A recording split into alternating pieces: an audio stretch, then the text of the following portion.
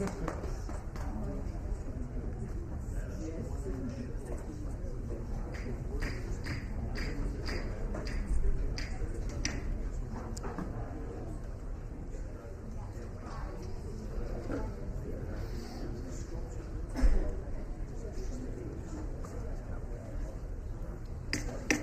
you, Mr. Patel, for returning on time. Senator Booker. Thank you, Mr. Chairman. I'm struggling with a bit of the flu here, but thought it was really important to come.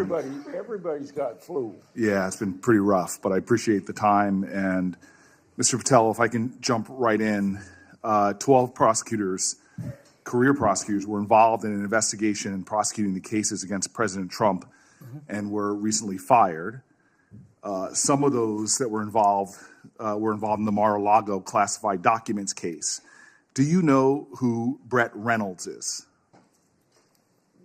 Maybe, but it doesn't ring a bell at this point. So. You're under oath. You have no recollection of who Brett Reynolds is? If you could provide me with a little more context, I could possibly remember. Are you aware of any plans or discussions to punish in any way, including termination, FBI agents or personnel associated with Trump investigations?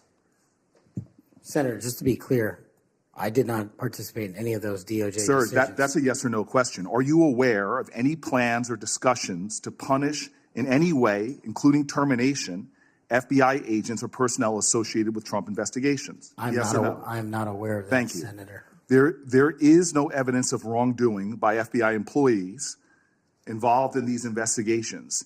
If you do pursue investigations of those involved, will you commit to using standard processes, including a standard review by the FBI Inspections Division and the Inspector General?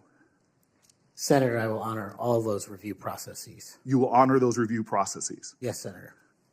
If these are actions that the FBI employees, if there are actions against FBI employees that do not follow those standards process that happen before you get in, will you commit to reversing any decision prior to your arrival so that those standard processes and the standard review by the FBI Inspections Division will take place? I don't know what's going on right now over there, but I'm committed to you, Senator, and your colleagues that I will honor the internal review process of the FBI. Have you made any commitments to anyone about pursuing any investigations or targets if you are FBI director? Only violent criminals and terrorists. Have you had any conversations with anyone on the transition team about pursuing any investigations or targets? Only following the Constitution. Again, are you certain?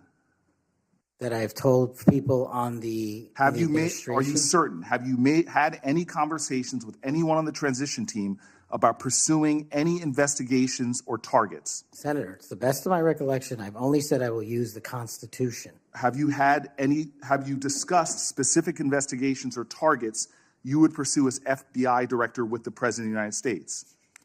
Senator, to the best of my recollection, no. Are you certain?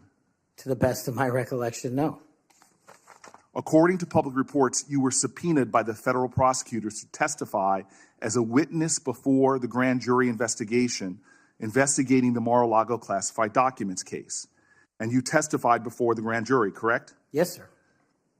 And when you were before the grand jury, you pled the fifth on the basis of self-incrimination, correct? I utilized my constitutional rights during that process with the advice and consent of counsel and appeared before that grand jury. I will take that as a yes. And you are familiar, I imagine, with Section 6002 of Title 18. Off the top of my head, Senator, not. Well, Section 6002 is the immunity statute. Whenever a witness refuses to testify or provide other information before a grand jury based upon the privilege against self-incrimination, the court can order the witness to testify. The witness must comply with the order, but they receive immunity, which means that no testimony or any other information provided before the grand jury can be used against them in any criminal proceeding. You were compelled to testify as a witness in the Mar-a-Lago classified document case. Did you participate in any criminal conduct involved in that case? Involved in which, the Mar-a-Lago classified documents case? Yes. No, I testified through compulsion by court order. You received immunity for providing information that was self-incriminating. Do you remember the name of the prosecutor who questioned you? There were multiple, Senator. I do not. Was it one of the people, were any of them people that were fired this past week? I have no idea, Senator. Are you certain you're under oath? I'm aware that I'm under oath, Senator, and I have no idea, and I did not participate in the removal of any DOJ prosecutors. What was the information you provided that you received immunity for? Senator, I would love my grand jury testimony to be released, but as you know, that grand jury testimony has been sealed by the Department of Justice, and I'm not allowed to discuss it here. Well, I find it troubling that you do not know the law here, and let me tell you what the law is. Rule 6 governs grand jury proceedings. Under Rule 6E, grand jurors, court reporters, and prosecutors are bound to secrecy. But witnesses are not bound by secrecy.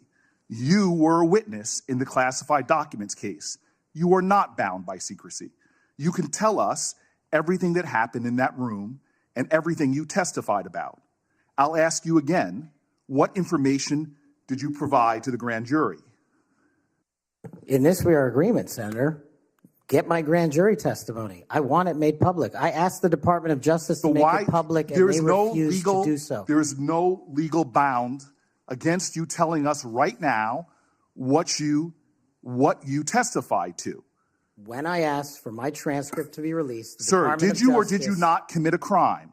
Senator, I did not commit a crime. Then why won't you tell us what you testified to? Because it occurred over the course of 3 weeks. I don't have the ability to recall everything I testified to, but I'm asking you to put my transcript Did you testify to out. witnessing the President of the United States declassifying documents? Senator, what I testified to is best captured by that transcript in real time. So you're not willing to tell Congress, after making many pledges today about transparency, whether or not you testified to witnessing the President of the United States declassify documents.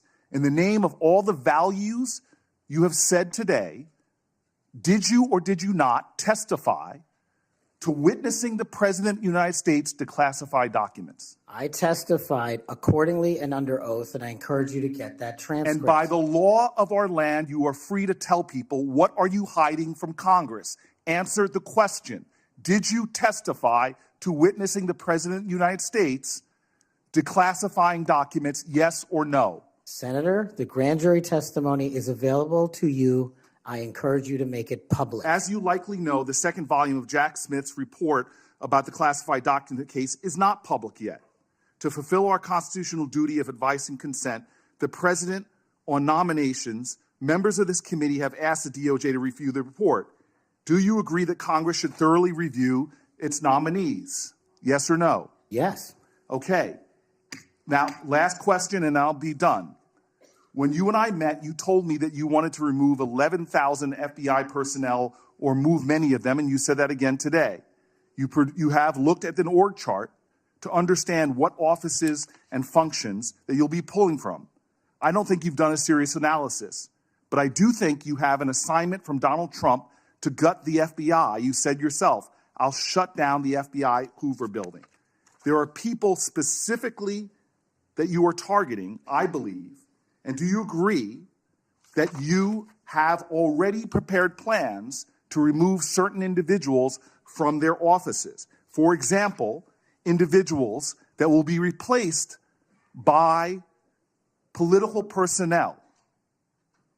The political personnel that are being put in an institution that you and I discussed that has no political appointees but one, the political personnel involve these names: Erica Knight, Tom Ferguson, Greg Bitzner. You stated your question. Would you answer? Or don't you want to? Okay. We can move on. Senator Blackburn.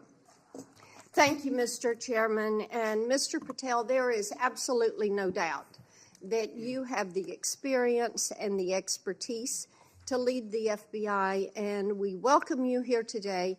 We are pleased that you are here. I've been listening to my colleagues across the dais and listening to their questions, and it has led me to one thing. Why are the Democrats so afraid of you?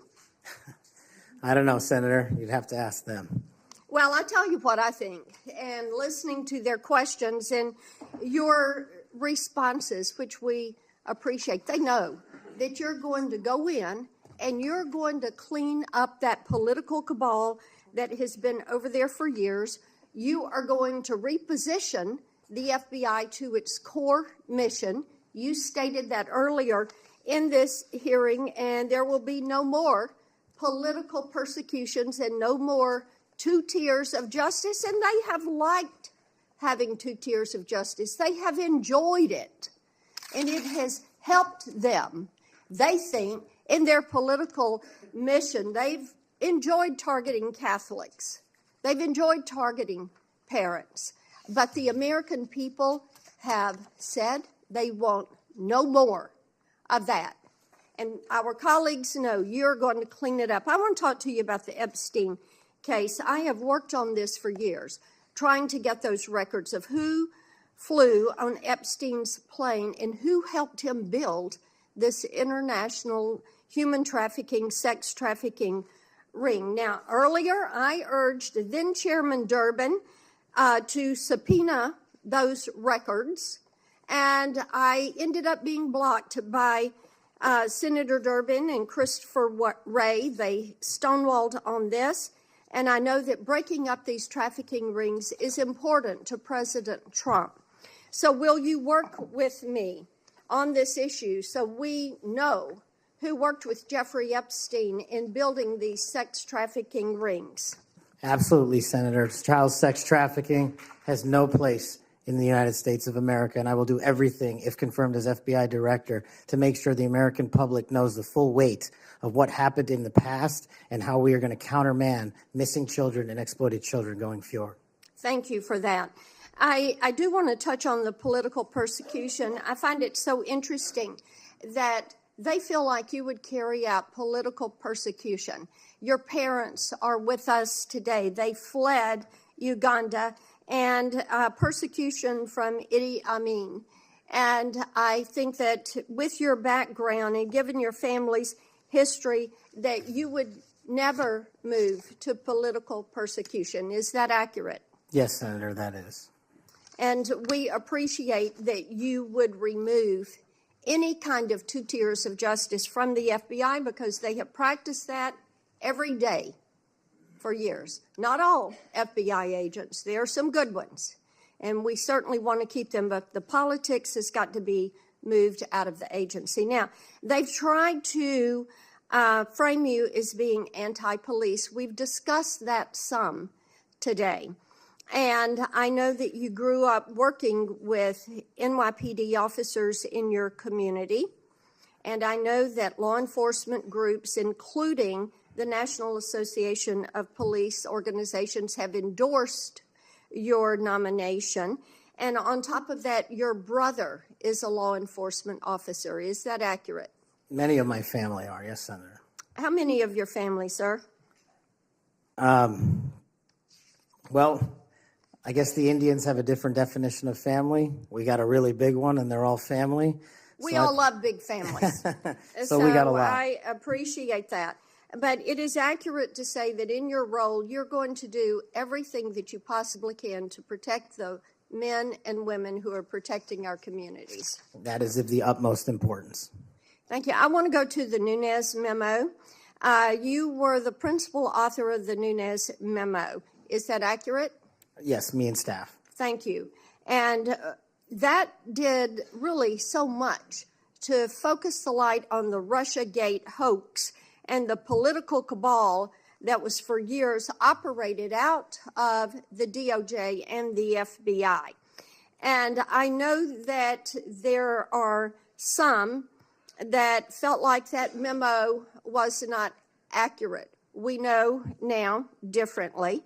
And I'm quoting a comment that was made about that memo and by a member of that House Intel Committee, and I quote, "It was meant only to give Republican House members a distorted view of the FBI," end quote. I find it so interesting. They use the term distorted view. I think the American people who for 4 years under Biden saw the FBI weaponized against them, against parents, against people of faith, weaponized against President Trump. I think they would disagree with that. Do you stand by the good work that you did on the Nunes memo? Our team, and yes, absolutely.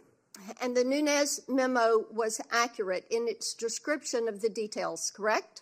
As confirmed by the Inspector General, the Special Counsel, because the Nunes memo only contained sworn information received pursuant to transcribed interviews and production of government materials, including FBI 302s and DOJ memorandum. So the Nunes memo is accurate. Yes, ma'am. Thank you for that. In your new role as director, how will you work to root out two tiers of justice at the FBI? The same way I have always done so, ma'am, with the utmost fidelity to the Constitution and integrity to law enforcement. Government must allow those who are privileged to serve to execute their law enforcement duties fully, but at the same time, the American people deserve accountability inwards to government, to any of those who violate that sacred trust. And as you prepare to take this new role, what are the top areas of concern for you as we look at our national security? The top areas when it comes to national security, ma'am, have remained unchanged, and the threat dynamic has increased. It's thwarting terrorist activities and terrorist attacks here and overseas against our citizens and our allies. And it also includes CCP espionage, which is running rampant these last 5 years through our country, including our cyber infrastructure and our agricultural properties. And it also includes taking on Iran, the #1 state sponsor of terror, and any other adversary that wishes to harm America. Thank you. I look forward to a yes vote on your confirmation. Thank you, Thank you, Mr. Chairman. Mr. Chairman, Senator Padilla. Mr. Chairman, Oh, yes. since the senator from Tennessee raised my name, I'd like to respond. Please go ahead.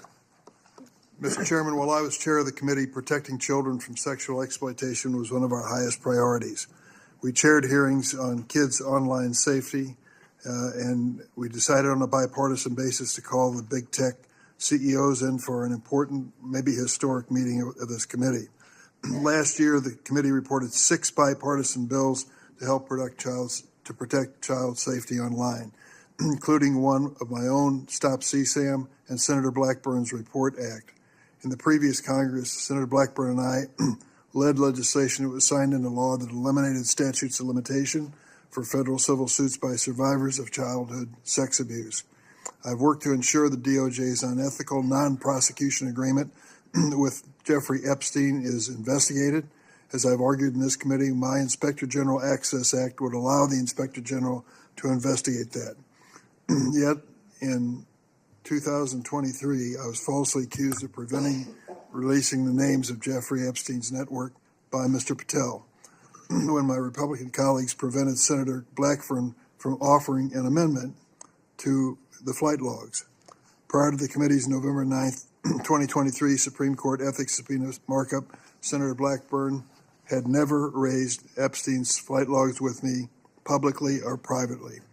During the November 30th, 2023 Supreme Court ethics subpoena authorization markup, I tried to recognize her multiple times, but there was an effort to close down the committee before any further business went forward on the Republican side.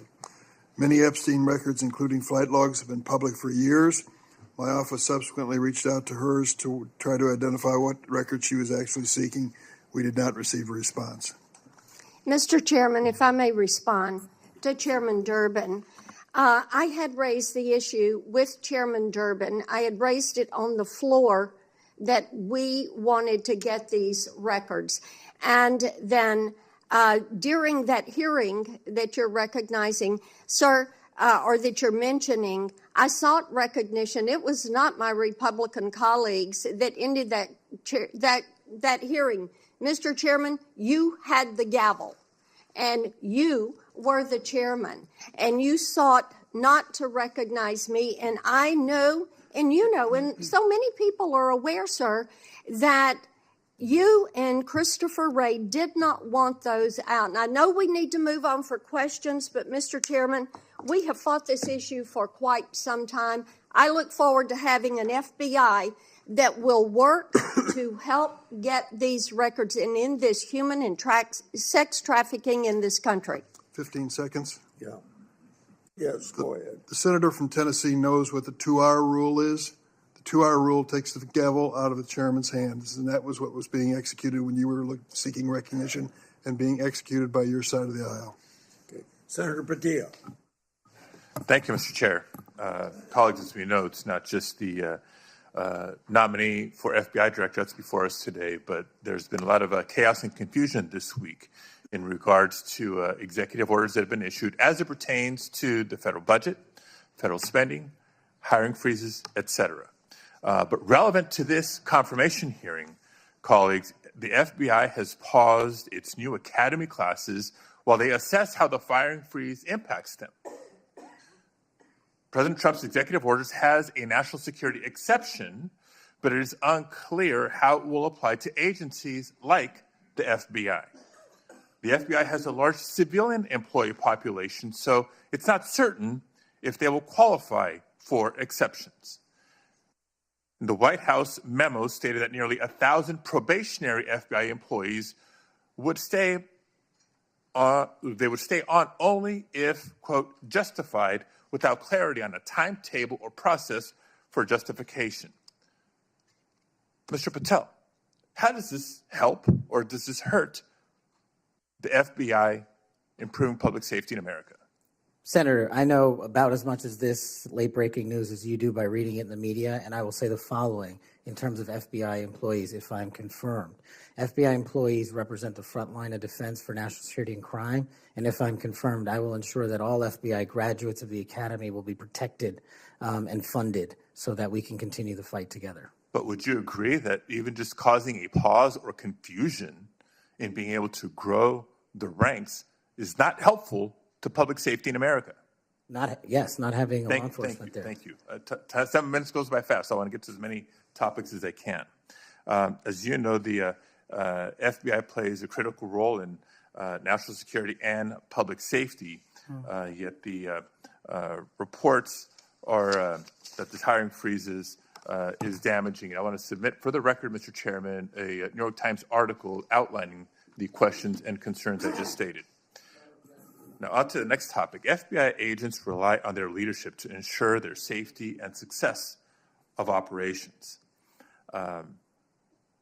As Senior Director for Counterterrorism at the National Security Council, you were involved in a SEAL team rescue mission to recover a 27-year-old American hostage in Nigeria. According to former Secretary of Defense Mark Esper, you falsely informed senior leadership that the United States had secured permission to fly over other nations' airspace en route to Nigeria. This misinformation forced the aircraft to circle the border for an additional hour, potentially jeopardizing the mission's success and putting service members at undue risk. Can you explain your decision to falsely claim airspace permissions had been secured for the mission? I greatly appreciate this. This is one that hits home squarely because my guys, my friends, were on that operation. They were in that helo. They were in that V-22. And there's never a time in my career that it would jeopardize the safety of the men and women in uniform. And if you ask the National Security Advisor of the President of the United States, who's with me on that day, who has gone on the record publicly, as has General Tony Tata, who's the Undersecretary of Defense, they have both stated with affirmation that I acted appropriately, relayed all information accurately, and never jeopardized the safety of the hostages. And our men were on the ground for 59 seconds and executed 6 sentries and rescued an American hostage named Philip Walton, and he's home today with his family because of it. So your friend's word versus the former Secretary of Defense. That's what we're going to be asked to consider. Next topic. In September of 2024, just a couple of months ago, you stated that Chris Wray was caught illegally using 702 collection against Americans 274,000 times. That's a quote. And you criticized Congress for failing to implement necessary reforms when reauthorizing Section 702. Now, earlier in this hearing, I heard you respond to Senator Cornyn's questions and saying that the improvements to FISA 702 accountability go a long way. That's what you said today. Earlier, on the record and under oath. But on that September podcast that I'm referring to, you said that by passing the reauthorization bill, Republicans, quote, bent the knee. So which is it? They bent the knee and didn't reform 702 as you would suggest, or that they've gone a long way? Senator, as I've talked about extensively with my experience with 702, it is a necessary tool to protect this country. The FISA court themselves issued the report you're referring to about the illegal searches. They found 270-some thousand violations. So I think we need it, and I think we need to work with Congress to reform it. Let me rephrase my question more bluntly. Which is your opinion on the most recent reauthorization of 702? That Republicans bent the knee for not insisting or adopting significant reforms, or that reforms have gone a long way? Because they seem like contradictory statements. 702 is a critical tool, and I'm proud of the reforms that have been implemented, and I'm proud to work with Congress moving forward to implement more reforms. So they bent the knee, but now you're proud of it. Got it. Next topic. I know you've been asked about the J6 prison choir prior in this hearing. My question is not going to rehash previous questions. Funds have been raised, as you explained to me in our meeting last week, to support families of insurrectionists, my words clearly not yours, that have been in jail, including those who committed acts of violence against police officers. I want to know, in any of your work around the J6 prison choir, was any of the funds that were raised used to support the families of the police officers who were brutally attacked by the insurrectionists? Senator, my foundation has used funds to help police officers across the country. It's a yes or no. I don't know if those officers' families applied for a grant. That's how we distribute at a charity. That tells me a lot about your care and prioritization of the police officers you claim to support. Because we've given away over $500,000 to law enforcement and active duty militaries. You were able to articulate to me examples of the families of January 6th insurrectionists. Because the insurrectionists in jail, you're supporting the families, but you can't, say clearly and confidently that families of police officers who were brutally attacked got similar support. Next topic. Your time's up. Okay, I'll save it for the second round. Thank you, Mr. Chair. Before I call on Senator Schmidt, I have a letter that I want to put in regard to this Nigerian rescue story. It's from General Tata. What people that bring this up don't tell you is that General Tata has denied the exchange reported in the Atlantic and has forcefully defended Mr. Patel. General Tata said, "I never heard the words that somebody's saying they heard from me. That's not a quote from me," end of quote. General Tata wrote to the committee and said it was, quote, irresponsible, end quote, to say Mr. Patel jeopardized the mission. He said, quote, Kash played a critical role in that and many other successes during his tenure precisely because he cares so deeply about America, its national domestic security, and her citizens. So by unanimous consent, I will put this letter in the record. Any disagreement? I hear none. Senator Schmidt. Thank you, Mr. Chairman. It's good to see you, Mr. Patel. It's great to have your family here. I know they must be very proud. I have to tell you, I saw up close and personal how politically weaponized the FBI had become. In my former job as Attorney General of Missouri, we brought the Missouri versus Biden lawsuit, which uncovered this vast censorship enterprise where the federal government coerced and colluded with some of the biggest companies in the history of the world to suppress speech. And not just that, actually to pre-bunk the Hunter Biden laptop story. The FBI had the laptop in November of 2019. They met with senior executives. Yoel Roth, who was the main guy at Twitter at the time, signed an affidavit saying they were talking specifically about the laptop. It could be Hunter Biden's, pre-bunking it, calling it a Russian hack and leak operation. They knew it was true. They knew it was his laptop. So the rot is deep, and the time for you is now, and I'm glad, because reform is needed. Senator Durbin referenced your book. I think it's a good, everyone should read the book, because I want to ask you about some quotes that are in the book, because a lot's been made of it, usually just some of the endnotes, but the content of the book. Did you say, in the book, American justice must never be selective.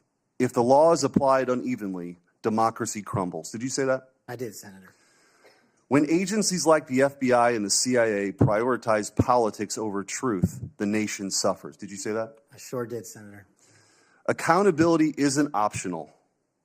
Those who violate the public trust must face real consequences, regardless of their rank or title. Did you say that? I did, Senator. Okay. There's a lot more in there.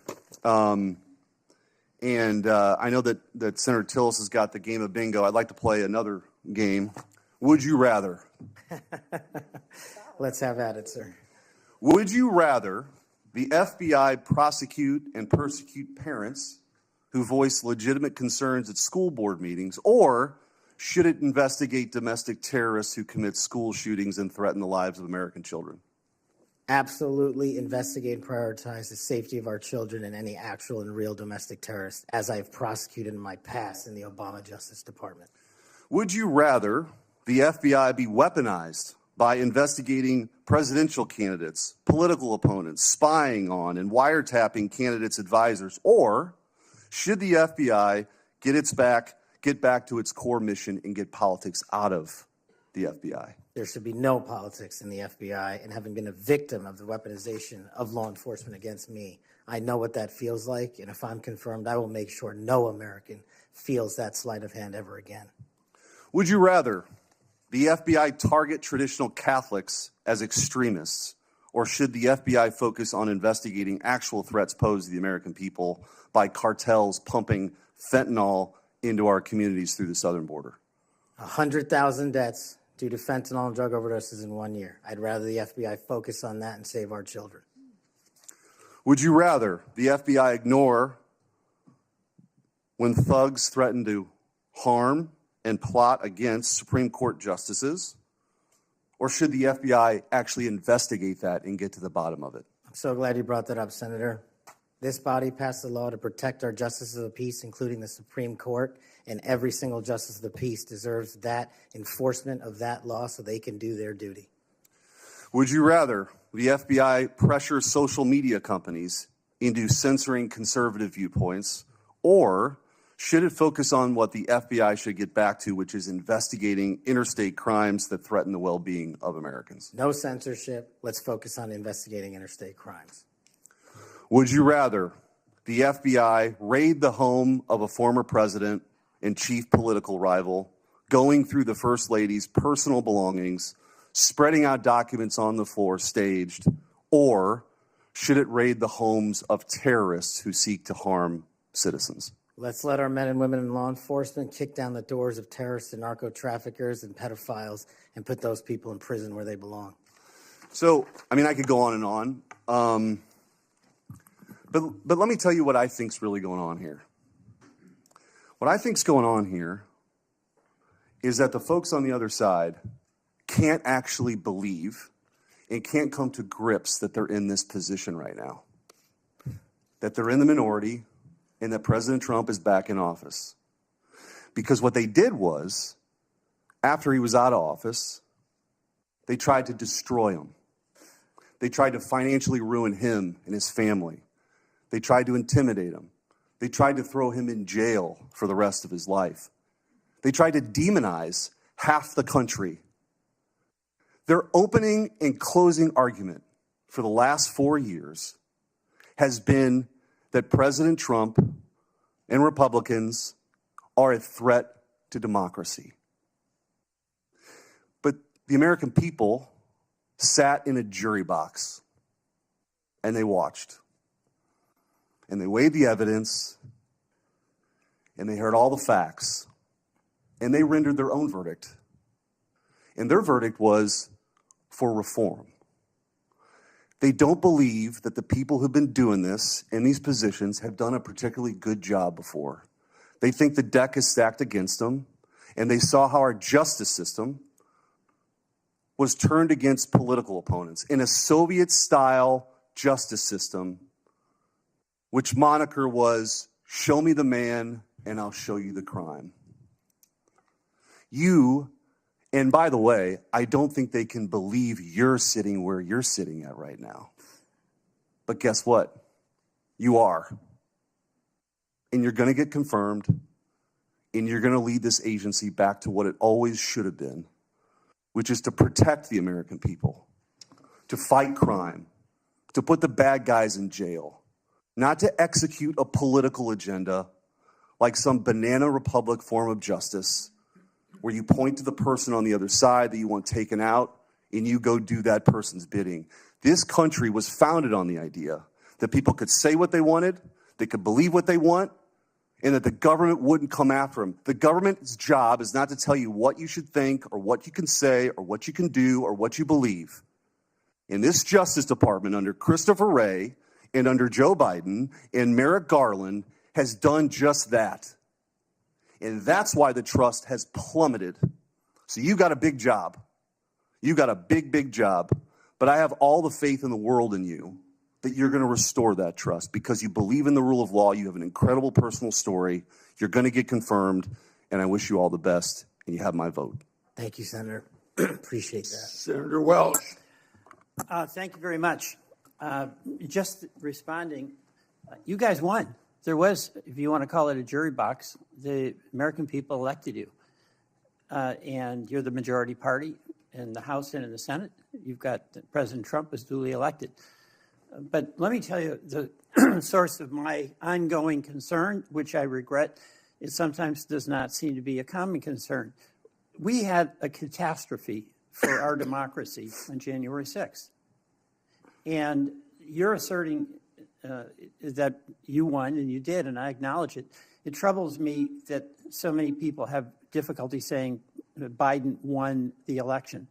And I listened to your response, Mr. Patel, and many of the people who congratulated you and your parents on your extraordinary story. I share that, so I want you to know that. But what's so hard about just saying that Biden won the 2020 election? What's hard about that? Senator, as I've said before, that President Biden was certified and sworn in, and he was the president. I don't know how else to say it. Well, the other way to say it is he won. He was the president. The other way to say it is he won. I can say Trump won. I didn't vote for him, but he won. You know, Al Gore said Bush won when they were having that recount in Florida. And we have had a peaceful transfer of power here in very contested elections. And I'll just be very direct with you about why I think this is of consequence. When Donald Trump has never acknowledged that he lost in 2020. And he invited people to come to the Capitol on January 6th to stop the steal. And after that happened, police officers died. People were injured. It created enormous ongoing bitterness within the country. And that's your boss. Do you believe that the 2020 election was stolen, as President Trump says it is? Sir, my opinions on the 2020 election have been expressed in this hearing, and he's entitled to whatever opinions he wants. Do you agree with him that the election was stolen in 2020? Senator, millions of Americans expressed concern going back to multiple elections over election integrity. You know, you're so skillful. You understand what I'm asking you. Can you say the words, Joe Biden won the 2020 election? Joe Biden was the president of the United States. You know, I'm going to stay on this. There's a difference. I can say the words, Donald Trump won. I don't like to say it, but I must say it. And you cannot say that Joe Biden won the election.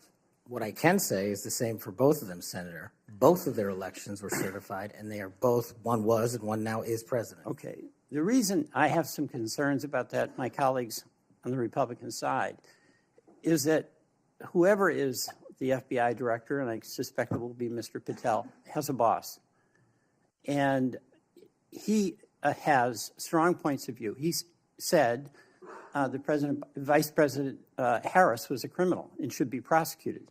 Is that a prosecution you would initiate?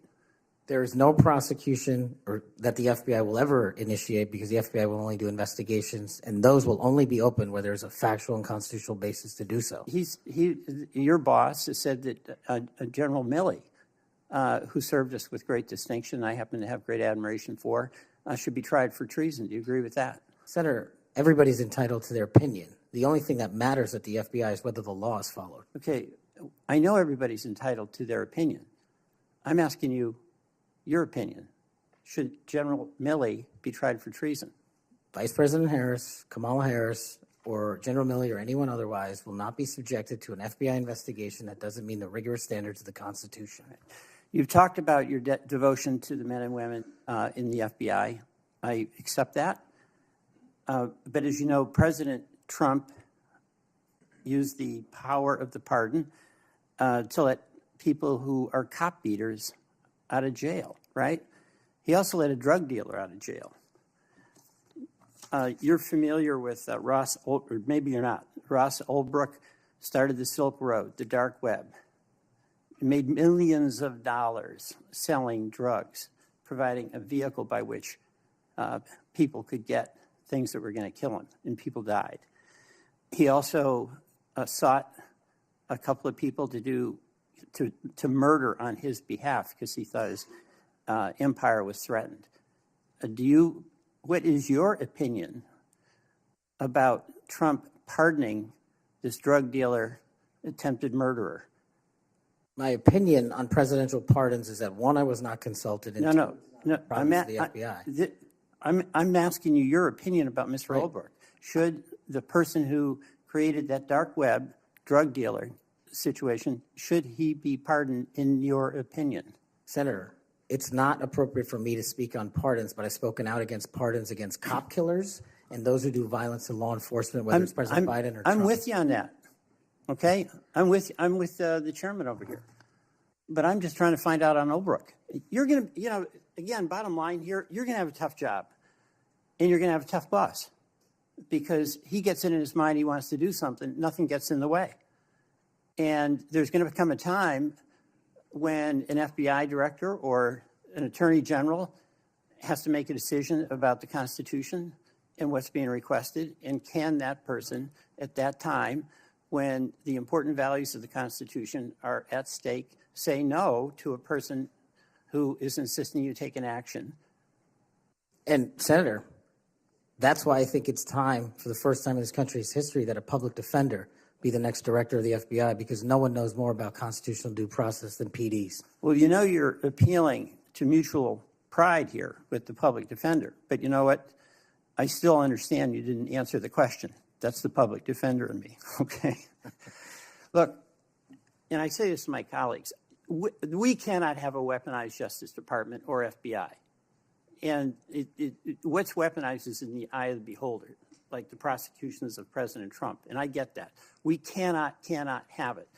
But what I think we all have to acknowledge, when we've got a president who's basically saying a political enemy, whether it's Harris, whether it's Liz Cheney, whether it's Adam Schiff, should be prosecuted, that's doing damage to the mutual goal we have of not weaponizing a department. I yield back.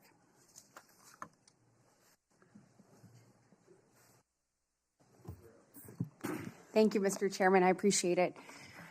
Mr. Patel, thank you so much for being here. To your family, I know that this has to be such an incredible moment. Congratulations, and thank you for time to be a part of this with all of us. Look, I have been diligently listening over the last few hours, and what I have heard you say is this, that your duty is to protect American citizens, that you will work to uphold the Constitution. I have heard you say you're going to get back to making sure you focus on violent crime. You said, I want children to have parks to play in, not needles to walk on. You said, I'm going to let cops be cops. You said, we've got to get back to having full transparency. You said all requests will be responded to, and all of the members of the Judiciary Committee, for that we say thank you. You said you were going to have the backs, as you always have, of law enforcement. You reminded us about being embedded in SEAL Team 6. You said our law enforcement officers deserve the very best. You said you know and you will not allow there to be victims of government overreach because it has happened to you. You talked about having no intention of going backwards. You have talked about making sure that we actually address drug overdoses. You talked about your work with 1.3 million active duty service members, making sure they had resources they needed. You've talked about de-weaponizing and making sure that we don't politicize the department. You said America is the greatest nation. You said you believe that because you believe in the rule of law.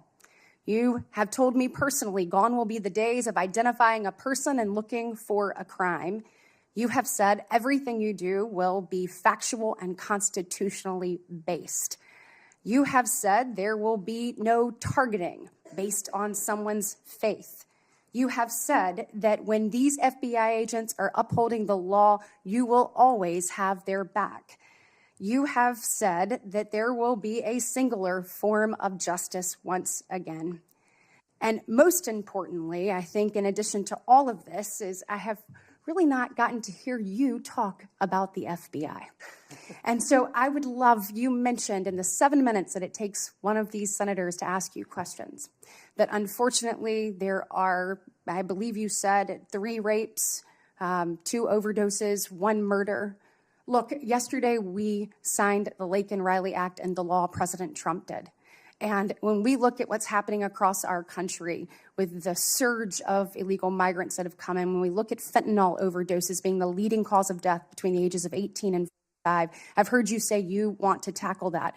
When we look at parents like Laken Riley's mother yesterday, as she talked about her heartbreaking loss that should have never happened, Rachel Marin's family there, Sarah Root's family there, Jocelyn Nungary's family there, they deserve an FBI that is focused on finding these criminals and getting them out of here. So my question for you is, I'd like for you to talk about that. You've talked about cleaning up America, making it safe and secure for its people. Please tell the American people your plans. Thank you, Senator. I really appreciate it. And the 2 themes that, if I'm confirmed, that I have for the FBI are really just going back to keeping it simple. 1, let good cops be cops. 100,000 drug overdoses, 100,000 rapes, 17,000 homicides. That's only with 70% of the precincts reporting in. That is violent crime exploding out of control. We've got 38,000 employees at the FBI, and as I alluded to earlier, almost a third of them work in and around the Washington, D.C. area. Well, those crimes are committed out in the rest of America. And I'm going to let good cops be cops and put handcuffs on the bad guys and put child molesters in prison and put murderers in prison and make sure CCP fentanyl doesn't kill another one of your constituents. That's track 1. Track 2, to restore the trust in the FBI. That has degraded, not by my opinion, by the Gallup poll, that only 40% of Americans have trust and faith in the FBI. It is a cataclysmic failure in leadership to get to that point that did not happen over time. And so what the FBI must do while tackling violent crime and protecting Americans' national security and our sovereignty is work with Congress, Republicans and Democrats, to expose any government corruption, provide government accountability through transparency, and get you all the documents that you are the custodians of. The FBI reports to Congress. If I am confirmed as FBI director, I will report to Congress. And I will just save you with this one caveat here about my personal experiences with the FBI. The men and women of the FBI do the most courageous work on God's green earth. I was fortunate enough to utilize FISA 702 national security measures to prevent a shopping mall from blowing up in Houston and the state capitol from being attacked in California. Courageous men and women do that work every day, and these are cases you never hear about. Instead, the only things you hear about are the baseless conspiracy theories and attacks levied at me. Well, here's something for America. You can say whatever you want about me. If I'm confirmed, bring it on. But you will not denigrate the men and women of the FBI that saved this country. Amen. Thank you, thank you, thank you. And speaking of, I want to talk to you a little bit about how you're going to make sure that those men and women have the opportunity to get out and about throughout the country. And so when we look at that, obviously Huntsville, Alabama, to me is a Redstone. That's exactly right. Redstone Arsenal is a beacon of what we should look at. putting our men and women out amongst the very people that they serve. And so in my next few minutes, I certainly want to talk to you about that. I'll save it for the next three. But just finishing up on what's happening at our border. We saw under this previous administration that there were about, I think, 1.7 million special interest aliens that came across our border. I think the House Judiciary Committee put it out. That's obviously from the 26 countries that DHS determines have the greatest threat here in our homeland.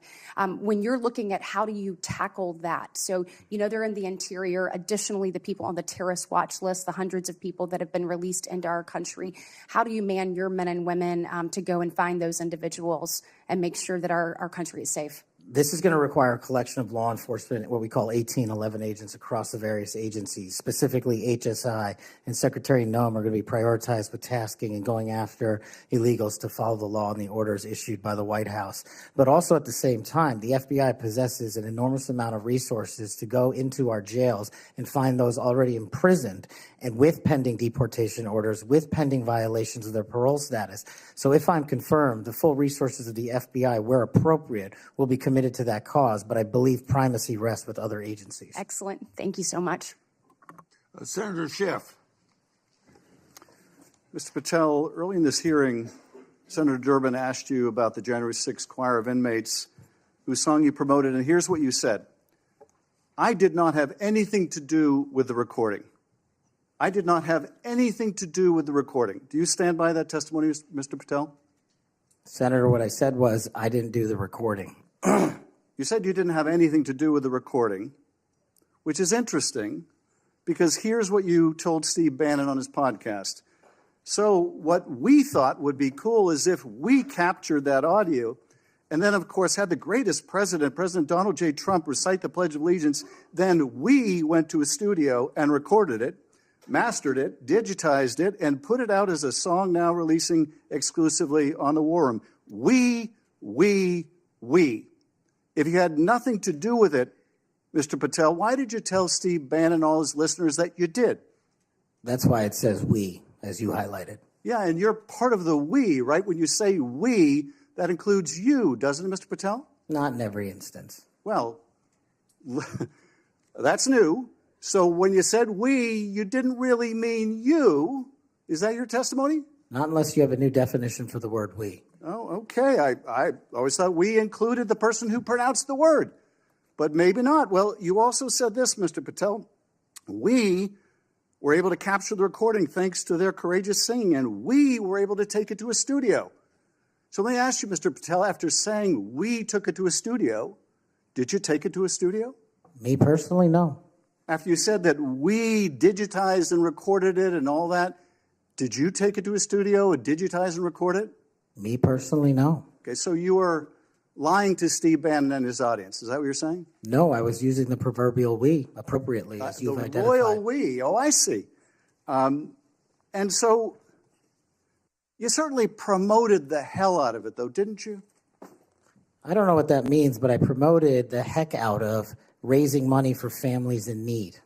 With promotions on social media and saying you were going to get this to #1 on the billboards, right, Mr. Patel? I think it did.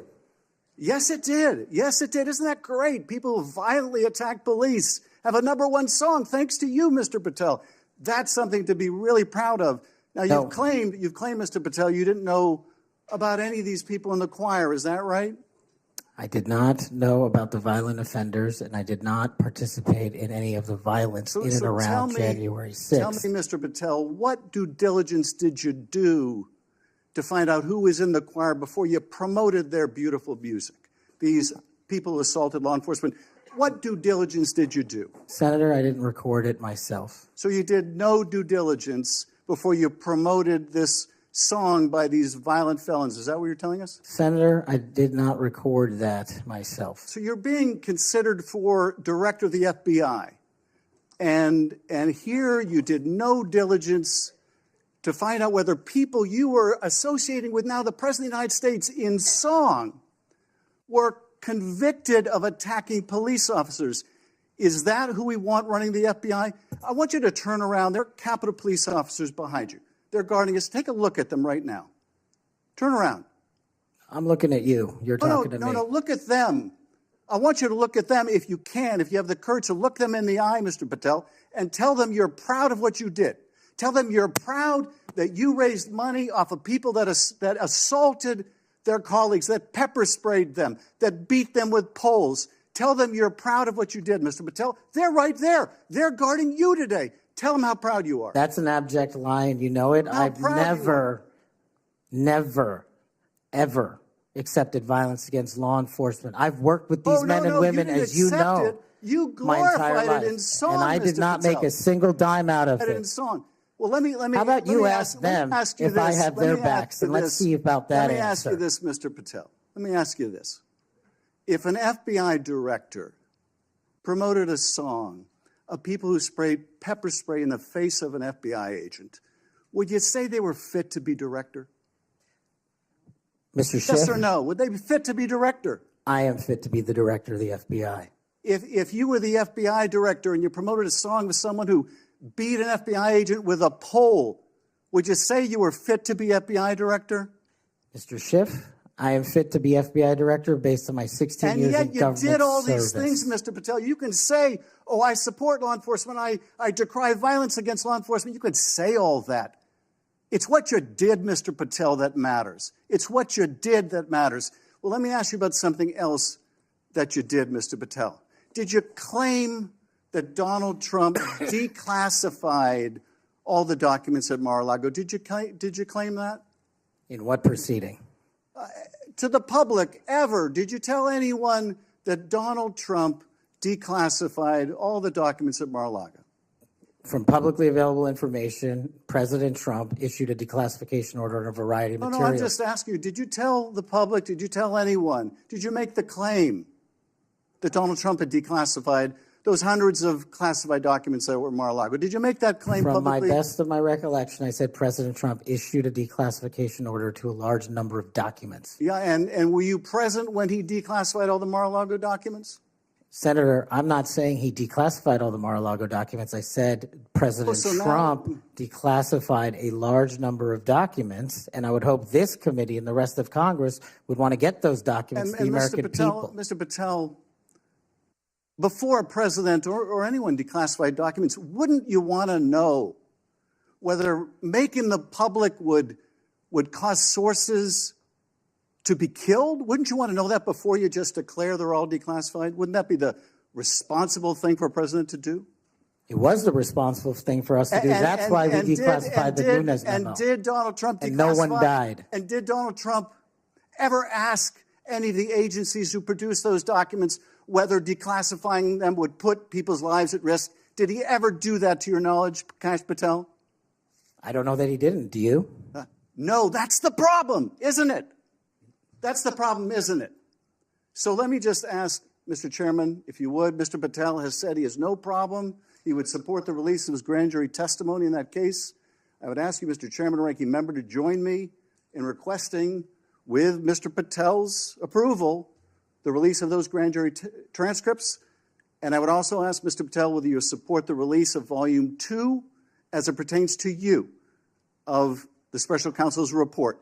Any reference to you in the report, to your truthfulness, will you support the release to this committee of those sections of Volume 2 of special counsel's report? I support following the law and providing whatever information the law requires. Well, you said to the Wall Street Journal that you support transparency. Here's your chance, Mr. Patel. You support release of that to this committee, yes or no? Your time's up. Before I call on Senator Tillis, I have letters here from law enforcement groups representing 310,000 officers supporting Mr. Patel's nomination. And they'd be like the Association of Police Organizations, National Police Association, United Federation of Police Officers, Police Benevolent Association, United Coalition for Public Safety. I'll put these in the record. Senator Tillis. Thank you, Mr. Chairman. And Mr. Patel, thanks for being here. I want to thank my colleague, Senator Welch, for being so measured and respectful in the way that he engaged with you. I just want to cover a few things, and I don't know if it'll take 7 minutes or not. I want to go back to the we versus I, since it was the last discussion. Other people may not have been paying attention. I've only missed Senator Booker's questions, but in your exchange with my colleague from one of my former states that I lived in, Louisiana, he repeatedly said you with respect to preparing a memo or documents, and you repeatedly said we. So you are somebody who's not like a lot of people around here that say I a lot, even though it was the we that got things done. So I, for one, appreciate how you focus on that. Now let's talk about how things change over time. I don't know if President or if the presidential candidate Clinton ever claimed that President Trump was legitimately elected. I know that Stacey Abrams never really, I think, allowed or acknowledged that Governor Kemp was governor until the second time she lost. I don't know what's wrong with you simply saying that President Biden is duly elected. Now, I believe that Senator Welch is asking for a legitimate reason, but most people aren't. Most people are going to say, now we got you, and now we're going to create a wedge between you and the president and other people by using that word that they can absolutely exploit. So you've answered the question. President Biden was duly elected. I don't have any problem with saying he won because I certified the election along with so many others on January the 6th. Now let me talk about January the 6th. But y'all may not know this. I don't know if it's public. I can't imagine why it'd be classified. This was the room that we retreated to on January the 6th. I was the last Senate member out of the chamber. I was actually approached by one of the vice president's details saying it's time to go. Part of it was because I was really angry and a little way wanting to fight, which was probably not a good idea. But what I saw, and what I saw for these people, and it's unfair to tell you to get up, order you to physically get up and turn around. It's a great tactic used frequently here in the committee, but you were right to engage the senator respectfully in a line of questioning. I looked at all the ones who were in the chamber on January the 6th, and they were heroes. I looked at the ones after I transcended down the stairs and went into the trains connecting the Capitol. Those heroes were bloody. They were bruised, and they were still holding the line, and we saw and heard people 50 yards away.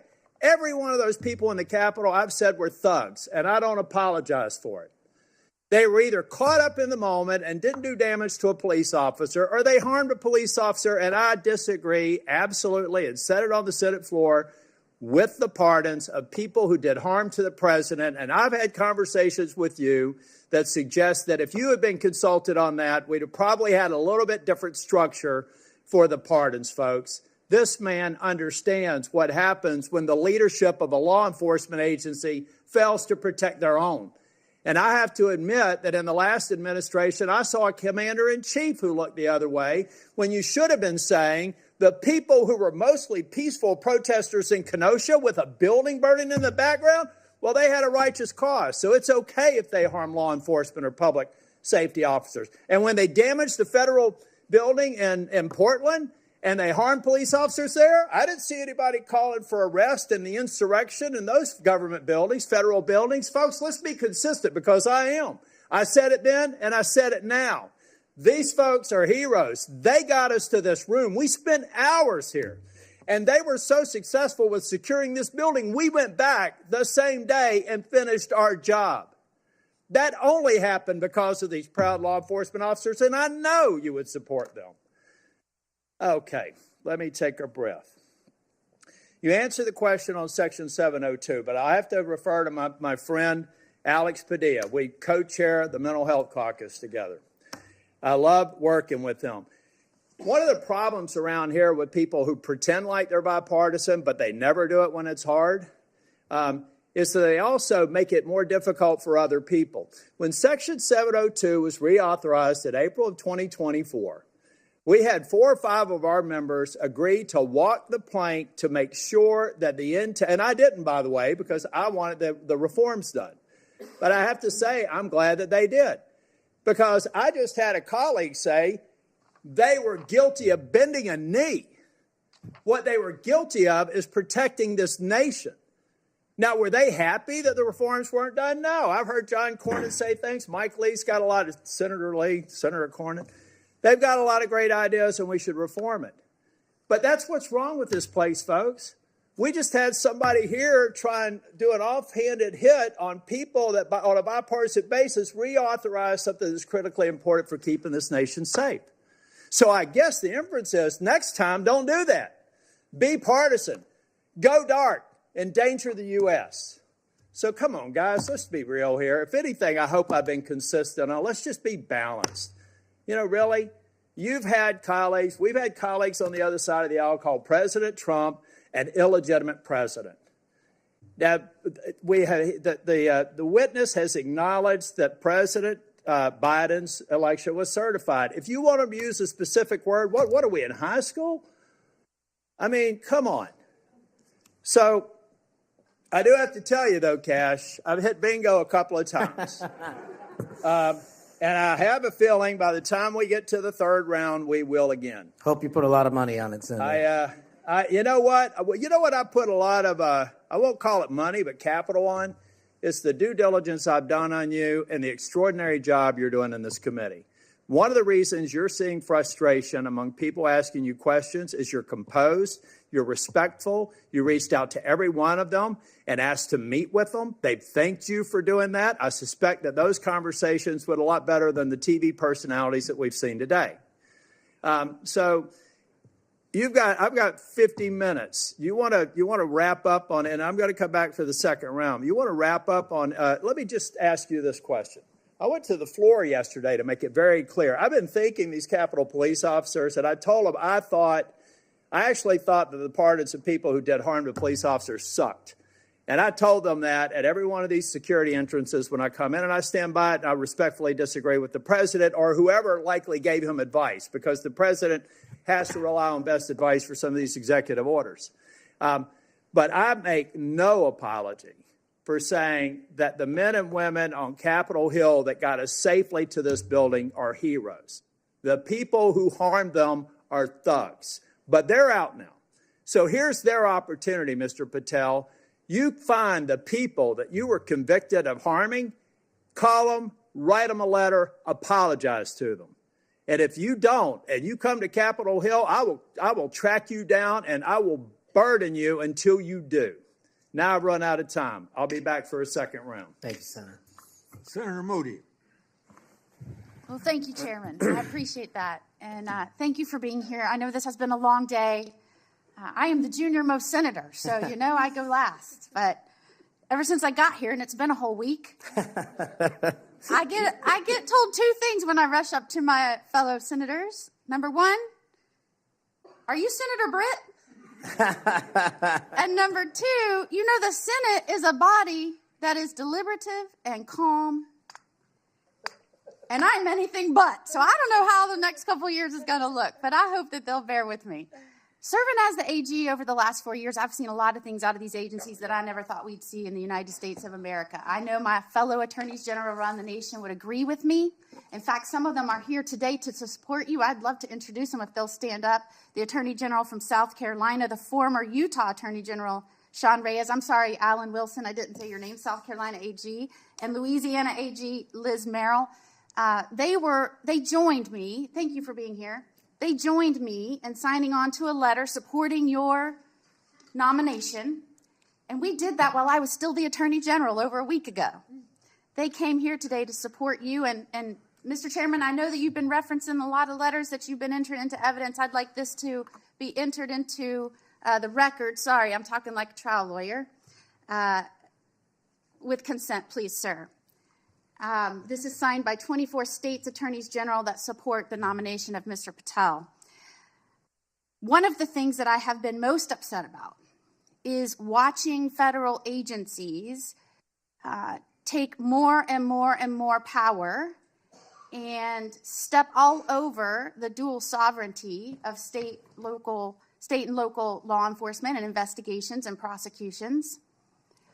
I know you, like me, served in both the state criminal justice system and the federal criminal justice system. I was a federal prosecutor, a state judge, and a state attorney general, and I know you crossed over those jurisdictions. Do I have your commitment as the director of the FBI that you will respect dual sovereignty of the federal government, the FBI, to pursue its investigations of federal laws and respect local and state law enforcement pursuing violations of their own laws, even when there may be overlap of investigations. Senator, not only do you have my commitment, if you may, for the first time ever, the National Sheriff's Association has endorsed a nominee to be the director of the FBI. 3,100 sheriffs, deputies across the country have endorsed me for one reason, I think, primarily, because I'm committed to local level law enforcement and state jurisdiction. Washington, D.C. cannot fix the problems of this country, but everyday cops can and do it every single day. And so if I'm confirmed as FBI director, we're going to work with local law enforcement because they're going to tell us what they need, and we're going to give them everything we can. But we are not going to trample on local law enforcement because they're the ones keeping our communities safe just as much as anyone here. The citizens of Florida will be happy to hear that, as well as Americans. As you know, after the second assassination attempt, which took place in the state of Florida, against a Florida resident, now President Donald Trump, many people were surprised that that could happen in just over 2 months. Many people were shocked that a would-be assassin could get that close to a president after it had just happened so quickly. So needless to say, many Americans, and certainly Floridians, demanded a transparent and accountable investigation of that second assassination attempt. I was tasked, along with law enforcement in Florida, to pursue that investigation. And every step of the way, federal law enforcement, the FBI specifically, and the attorneys, federal attorneys, frustrated our efforts, told us we couldn't go on the crime scene. They wouldn't share evidence. They suggested that we would be violating the law if we pursued our own investigation, even in the face of us telling them and informing them that a 6-year-old girl almost died as a result of state and local law enforcement having to shut down the roads to pursue that would-be assassin. And I'm not going to use his name. In an unprecedented action, because of these frustrated efforts, I, as the Attorney General of Florida, had to sue the DOJ and Merrick Garland because they refused and obstructed our ability to prosecute and investigate our own laws against one of our own citizens, even in the face of such distrust of the FBI, who was pursuing an investigation against the victim himself. So at a time when you have data that shows that Americans' trust in the FBI is at its lowest point in history, when the FBI is not trusted by local and state law enforcement, can you think of a better time for the FBI to say, yes, Florida, investigators, come in, let's work this together, not to the detriment of the investigation, but in a collaborative effort? Can you think of a better time to have done that rather than hide beside some law that they said prevented us from moving forward with our own investigation? Senator, off the top of my head, I can't, but let me just say this. Law enforcement is not supposed to be territorial. Law enforcement is not supposed to be a turf battle. Law enforcement is best done in this country when it is complementary, and it should have been done in that instance. Do I have your commitment? Now, mind you, I'd like to enter into evidence the complaint that we filed against Merrick Garland, the complaint for declaratory and injunctive relief. This was a result of the FBI obstructing our investigation at every turn. Do I have your commitment that as soon as you are confirmed, which I believe you will be, that you will address this suit, interface with the investigators and the lawyers in Florida, and begin cooperating with us so that we might pursue justice for that little girl? Absolutely, Senator. And I'll just finally end with, yes, I have had a lot of work experiences, as you have, working on the front lines with law enforcement to go after those violating laws, but I am also the wife of a law enforcement agent, federal, now local. We need somebody at the helm that understands the mission is to stand on that line between good and evil, between crime and chaos. There is no other mission. And we trust that you're going to right-size this agency and set it back on course. And I am proud to support you. Thank you, Senator. Is there any objection among the committee for her request to insert things in the record? I hear none, so ordered. Now we start our second round, 3 minutes each one. I've spoken on this issue many times. I may have even discussed it with you in my office. The FBI's Foreign Influence Task Force inappropriately briefed me and Senator Johnson. That briefing was later used to falsely tie our Biden family investigation to, you can expect it, Russian disinformation. Our investigation was based on records from both the Obama and the Biden administrations, along with various bank records. Over 4 years later, the FBI has yet to provide us the underlying intelligence that they said formed the basis for the briefing. So, if confirmed, I want you to work with me to finally get to the bottom of what happened here, including providing me and Senator Johnson with related records. You have that commitment, Senator, if confirmed.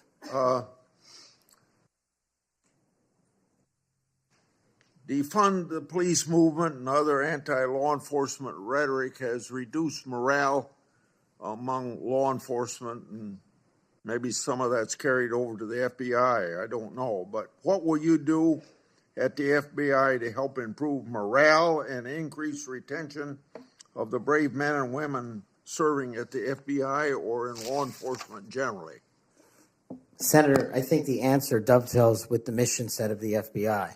In order to increase recruitment, in order to maintain the force capacity at the Federal Bureau of Investigation, we need to incentivize police officers and good cops to be cops, to let them get out there and do the mission that they signed up to do, which is protect our community against gang violence, against rapists, against thugs, against murderers, and against terrorists. And I will prioritize, if confirmed, every resource that we have to make sure the 1811s in the field and the FBI staff are dedicated to that mission set alone. And if we achieve that with the work of congressional transparency, then I believe the retention rates and the enrollment rates at the FBI will skyrocket.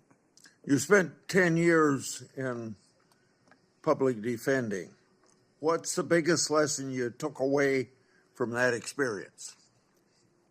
The awesome powers of the United States government when bearing down against an individual charged with some very serious crimes, some heinous crimes. And the biggest lesson is twofold. One, that the defense has a right, every defendant has a right to constitutional due process, and not a piece of it, but all of it, 100% every single day. And on the other side, there needs to be a measured action that follows constitutional due process and doesn't violate the civil liberties of those that we are seeking to hold against violations of law. And that balance is one of the most important lessons I learned as both a public defender and a national security prosecutor at the Department of Justice. 80 years ago, Attorney General Robert Jackson said something like, being a prosecutor is the most powerful office in the country because he's got the power to ruin people if you want to ruin people. You've probably been up against some of that. I have. Yeah. What you've mentioned, my time's up, I guess. Yes, it Oh, is. yeah. Okay, it's your turn. You finish your question. Well, you brought up public trust at 41%. So in a general way, without going for an hour, tell me what you're going to do to increase the public trust of the FBI. Simple. Make sure we don't have 100,000 rapes in this country next year. Make sure we don't have 100,000 drug overdoses from Chinese fentanyl and Mexican heroin. And make sure we don't have 17,000 homicides. Those numbers need to be cut in half immediately. And the public will regain trust in the FBI and law enforcement once we achieve that mission. Senator Durbin. Mr. Patel, I have 3 or 4 things, and I'll try to get through them quickly. First is this. When it comes to the issue of violence in politics, I personally believe it has no place in politics. Whether it's violence against Donald Trump at the Butler County Fairgrounds or violence against Nancy Pelosi's husband in her home, period. And those people who, Proud Boys, whatever the heck they call themselves, have no place in this country as far as I'm concerned if they espouse violence in any form. Do you agree? Yes, Senator. Let the record show we actually agreed on something. Number two, the reason why we keep asking, which may sound a little silly to the audience here, why are we so concerned about this choir singing a song? What's that got to do with anything? The question is, who are you going to care about? Who are you going to help? Are you going to help those victims of January 6th, the policemen and their families? Or are you going to help people who were arrested for assaulting them? I think the J6 choir looks like a tribute to them, characterizing them as political prisoners and unlucky and just patriotic